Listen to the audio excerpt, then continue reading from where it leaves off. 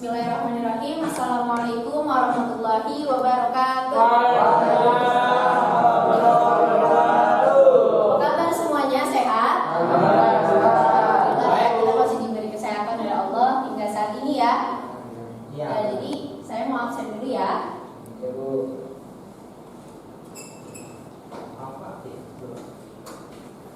Adam Firdaus, Muhammad Azwa Maulid, Muhammad Rian, Muhammad Rafi, Fawas Mahathir, Abdul Rahman. Alhamdulillah hadir semua ya hari ini. Nah, jadi hari ini kita akan belajar mata pelajaran akidah akhlak ya, yaitu materinya syirik.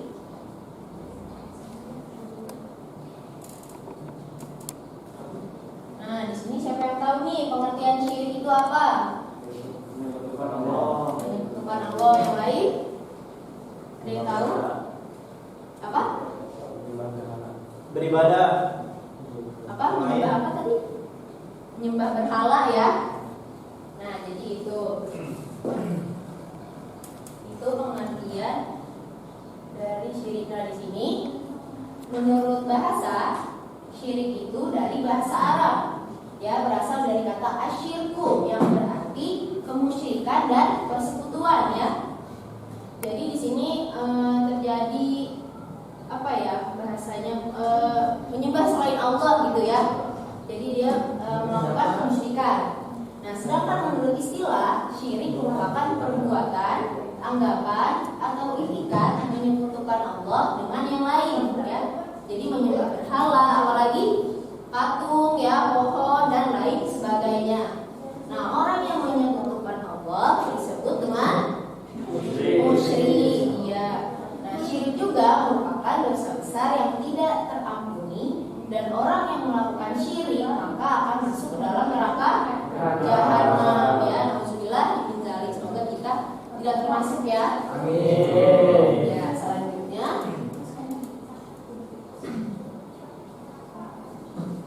mengenai macam-macam syirik ya. Jadi syirik itu terbagi menjadi dua ya. Yang pertama ada syirik akbar atau yang biasa disebut di kalangan masyarakat dengan syirik jali ya. Nah, yang kedua ada syirik asghar atau yang biasa dikenal dengan syirik khafi ya. Nah, jadi mengapa bisa disebut dengan syirik akbar? Apa saja yang termasuk dalam syirik akbar? Nah, jadi ada tiga. Yang pertama, melakukan perbuatan yang jelas-jelas menganggap ada Tuhan selain Allah ya. Seperti tadi apa aja? Menyembah berhala, menyembah pohon, patung ya. Jadi menyembah selain kepada Allah ya. Nah, itu diperbolehkan atau tidak? Tidak ya, termasuk dalam syirik ya. Jadi orang yang melakukan syirik tadi disebut dengan apa? Musyrik ya. Lalu yang kedua, pada syirik akbar ada menganggap ada sesembahan lain selain Allah Subhanahu wa Ta'ala ya. Jadi sama dengan yang pertama, sama-sama menyembah selain kepada Allah ya, menyembah berhala, menyembah pohon, patung dan lain sebagainya ya. Atau mungkin kedukun, itu termasuk atau tidak? Termasuk ya. Biasanya mungkin kalau kedukun itu orang merasa masalahnya akan selesai gitu ya. Itu akan selesai atau tidak masalahnya? Malah nambah ya. Dan termasuk dalam syirik ya. Nah, yang terakhir dalam syirik akbar ini ada menganggap Tuhan mempunyai anak atau segala perbuatan yang mengingkari Allah. Nah, Allah ini punya anak atau tidak? Ya. Jadi yang seperti dijelaskan dalam Quran surat Al-Ikhlas ayat 3, yang berarti dia tidak beranak dan tidak pula diperanakan ya. Jadi Allah itu tidak melahirkan satupun anak ya, dan tidak memiliki anak serta tidak dilahirkan oleh siapapun ya. Nah, jadi seperti itu. Jadi itu penjelasan pada syirik akbar atau syirik jali ya. Pada ngantuk gak nih? Semangat ya. Kita lanjut atau enggak? Lanjut ya. Lanjut ke syirik asghar atau syirik Syirik apa? Nama lain dari syirik asghar, syirik kafi ya. Nah, jadi pada syirik asghar ini merupakan perbuatan secara tersirat ya, yang mengandung pengakuan di samping Allah Subhanahu wa taala ya. Nah, jadi contoh di sini terdapat contoh dari syirik asghar ya. Misalnya, jika saya tidak ditolong oleh dokter itu, saya pasti akan mati ya. Ada yang bisa jelasin gak nih contoh ini tuh seperti apa gitu? Kamu Ada yang bisa? Mau jelasin ya? Nah, jadi pada pernyataan pertama ini dia itu menganggap bahwa kesembuhannya, jadi di sini kan dia sedang sakit ya. Nah, lalu dia datang ke dokter dan dia merasa bahwa dokter itu yang menyembuhkan dia. Nah, tetapi kan yang memberikan sakit, memberikan rezeki ya, jodoh, maut itu hanya Allah ya. Nah, jadi dia termasuk ke dalam perbuatan syirik asghar ya. Nah, tetapi jika seorang mukmin mengalami hal seperti sebelumnya ya, jadi seorang mukmin ini sama-sama merasakan sakit ya, maka akan berkata, apabila tidak ada pertolongan Allah melalui dokter itu ya, saya pasti akan mati. Nah, yang digarisbawahi di sini adalah pertolongan Allah ya. Jadi orang ini menganggap bahwa jika dirinya sakit, dia datang ke dokter, maka akan disembuhkan oleh dokter ya. Jadi perantaranya dari Allah melalui dokter ya. Jadi tidak langsung seperti pernyataan yang pertama. Kalau yang pertama itu dia menganggap, oh jadi kalau misalnya saya sakit itu dokter bakal sembuh ya. Nah, itu kan termasuk ke dalam syirik asghar ya. Nah, sedangkan yang kedua, dia melibatkan Allah ya dalam kesembuhannya. Seperti itu, paham? Alhamdulillah. Kita lanjut ya.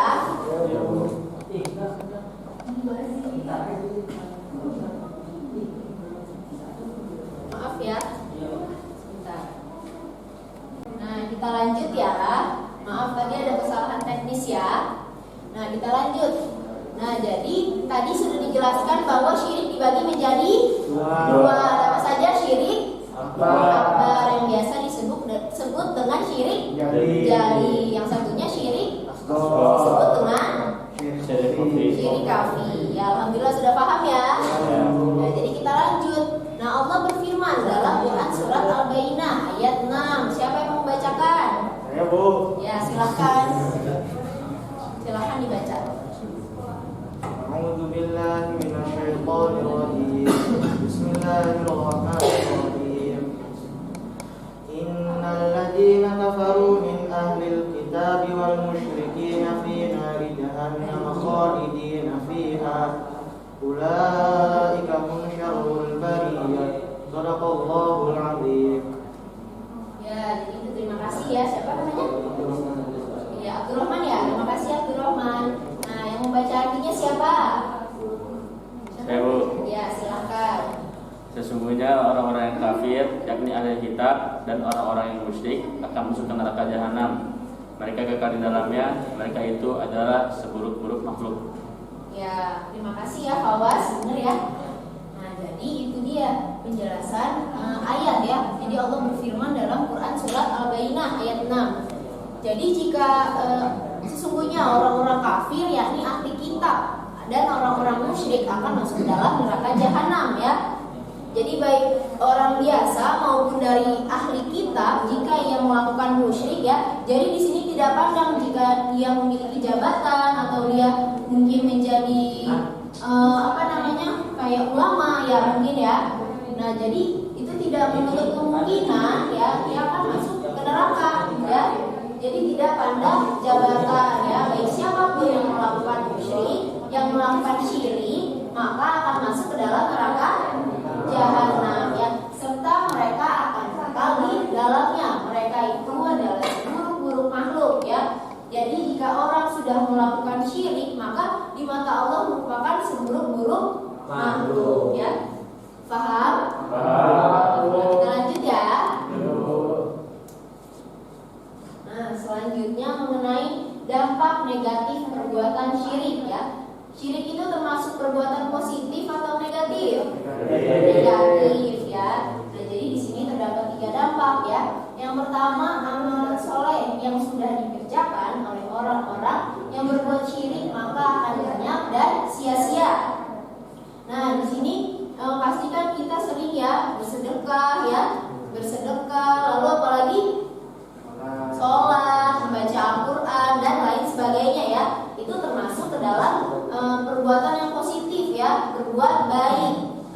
Tetapi jika secara sadar atau tidak sadar kita melakukan syirik, maka kita yang sudah dikerjakan sebelumnya ya, itu akan sia-sia, baik sholat, sedekah atau baca Al-Quran ya. Jadi maka sebisa mungkin kita menghindari perbuatan syirik ya. Jadi itu pada poin pertama ya. Lalu pada poin kedua ini orang-orang musyrik benar-benar melakukan kezaliman yang besar ya. Jadi jika seseorang melakukan syirik, maka dia termasuk melakukan kezaliman yang besar dan tentu tidak disukai oleh Allah ya. Jadi poin terakhir pada dampak negatif ini, seseorang yang melakukan syirik maka akan masuk dalam neraka jahanam ya. Jadi seperti yang tadi sudah dibacakan ayatnya oleh Abdurrahman ya. Ya, Al-Baqarah ayat 6. Jadi seseorang yang melakukan syirik, yang baik orang yang memiliki jabatan atau tidak, maka akan masuk ke dalam neraka jahanam ya. Paham? Alhamdulillah, kita lanjut ya. Nah, jadi yang terakhir mengenai cara menghindari perbuatan syirik ya. Nah, kalian ini pernah tidak melihat di lingkungan sekitar, atau mungkin pernah lihat di beda kota atau di mana orang yang berbuat syirik itu ada atau tidak? Apa contohnya? Coba siapa yang bisa? Sesajen, apa lagi? Menyembah sapi. Apa lagi? Menyembah pohon. Menyembah pohon itu ya. Nah sekarang kan semua itu udah serba online ya. Ya, baik kita belajar online ya, belajar Al-Quran juga ada yang online ya. Nah, jadi di sini pun belajar ilmu syirik pun ada yang online ya. Jadi kita itu kan sering ya namanya megang handphone ya, itu mungkin setiap saat ya. Nah, terkadang kita tidak sadar mungkin ketika kita sedang mainkan handphone itu terdapat seseorang yang melakukan syirik, lalu kita kayak penasaran nih, ini apa sih? Itu bagus ya gitu. Misalnya kalian sebelumnya pernah punya masalah dengan temennya ya, misalnya siapa, Abdurrahman ya, pernah punya masalah sama Fawas ya. Nah jadi Abdurrahman ini memiliki dendam ya. Jadi kayak dendam banget nih sama Fawas gitu kan, harus balas nih. Nah jadi mungkin Abdurrahman ini setelah melihat handphone itu kayak, oh ini syirik nih, ini perbuatan ini nih bisa santet online nih, atau bisa mungkin bisa yang lain gitu ya. Mungkin wah bisa nih balas dendam saya terbalaskan gitu kan. Nah karena ketika orang dendam itu pasti sudah akalnya sudah tidak tahu ya, kita sudah tidak bisa berpikir secara sehat ya. Pasti kita hanya ingin yang penting dendam saya terbalaskan gitu kan. Nah jadi itu salah satu contoh ya, mungkin salah satu contoh dari banyaknya contoh yang lain ya. Jadi banyak contoh mengenai syirik ya, baik secara online, secara di lingkungan sekitar kita atau dimanapun ya. Nah oleh karena itu materi terakhir ini mengenai cara menghindari perbuatan syirik ya. Jadi pada poin pertama ada selalu mengingat Allah dimanapun kita berada ya. Nah ketika kita mengingat Allah pasti kita akan merasa tenang ya. Dan ketika kita mengingat Allah juga pasti kita merasa, oh saya ada yang menjaga nih ya, benar nggak? Ya, nah pasti ngerasa juga kayak saya punya sandaran nih ya kan, saya merasa punya pegangan gitu. Ketika saya memiliki masalah atau ketika saya mendapatkan kebahagiaan, ya pasti kita bersyukur ya kalau mendapat kebahagiaan ya. Nah jadi itu pada poin pertama. Lalu pada poin selanjutnya, selalu meningkatkan ketakwaan kepada Allah. Karena dengan begitu kita akan senantiasa diberikan jalan keluar dari masalah yang kita hadapi. Nah kalau misalnya kita seperti yang tadi sudah disebutkan ya, ketika kita punya masalah kita datang ke dukun, masalahnya akan selesai atau tidak? Tidak ya, maka akan menambah masalah.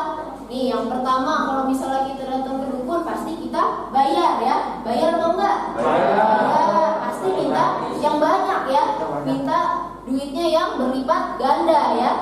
Lalu ketika kita datang ke dukun juga masalah kita tidak terselesaikan ya, pasti akan menimbulkan masalah yang lain. Dan tentu ketika kita datang ke dukun itu pasti kita termasuk ke dalam orang yang musyrik ya. Jadi kita baik secara tidak sadar atau tidak sadar kita sudah melakukan syirik ini ya. Jadi kalau misalnya kita punya masalah, kita datang ke siapa? Ke Allah ya, kita mengadu ke Allah ya. Jadi kita meminta petunjuk ya, meminta jalan keluar seperti apa ya Allah gitu ya. Jadi seperti itu ya. Jadi kalau punya masalah datangnya ke Allah ya, cerita. Kalau misalnya datang ke teman, nanti temannya ceritain ke teman yang lain, masalahnya jadi makin luas ya. Jadi sudah paling aman kita datang ke Allah. Jadi itu pembahasan pada poin kedua ya. Nah pada poin ketiga, selalu menegakkan sholat, karena dengan sholat kita dapat terhindar dari perbuatan yang keji dan munkar ya. Nah di sini sholatnya pada suka telat nggak? Alhamdulillah enggak ya.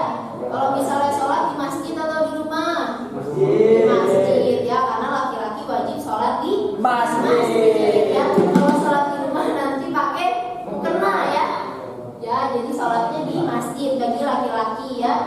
Nah jadi kalau misalnya kita melaksanakan sholat, kita kan udah pasti ingat ya, oh saya harus sholat nih, ada panggilan nih dari Allah, kita jalan ke masjid ya. Kita jalan ke masjid juga terhitung ya pahalanya ya, apalagi kalau kita jalan kaki ya. Nah jadi kalian nggak boleh nih nunda-nunda sholat ya. Kalau misalnya udah ajan, ntar dulu masih enak nih tidurannya, ntar dulu masih makan ya. Kan kita sering ya secara sadar atau tidak sadar gitu kan. Nah jadi kalau misalnya sudah azan langsung jalan ke masjid ya untuk melaksanakan sholat ya.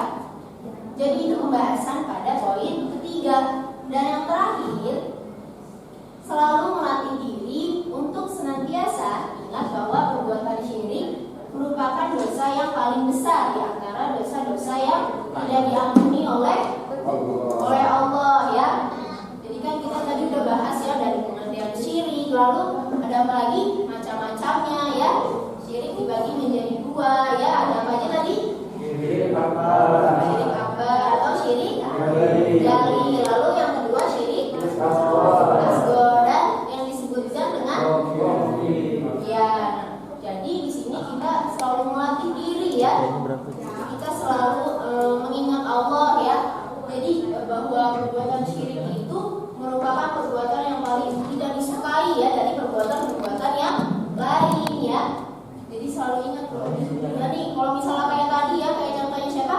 Abdurrahman punya masalah dengan Fawaz ya, diselesaikannya jangan dengan santet atau misalnya dengan mengirimkan barang-barang yang mungkin terkenal apa ya, menyeramkan gitu ya. Misalnya kayak tanah kuburan ya, atau misalnya kayak bangkai tikus, itu kan tidak baik ya. Jadi kalau punya masalah diselesaikan dengan baik-baik ya, secara musyawarah. Nih Fawaz, saya punya masalah nih dengan kamu gini, dijelaskan lalu kemudian nih, jadi saya minta maaf ya. Nah jadi kan masalahnya akan terselesaikan ya. Nah jadi itu dia materi kita hari ini ya. Jadi kesimpulannya, ini pada paham gak nih? Alhamdulillah. Nah jadi kesimpulan materi pada hari ini, materi syirik ya. Jadi kita itu harus memiliki prinsip ya. Jadi kita harus konsisten bahwa kita tidak boleh terjerumus ke dalam perbuatan syirik ya. Karena sudah seperti dibahas tadi bahwa syirik merupakan dosa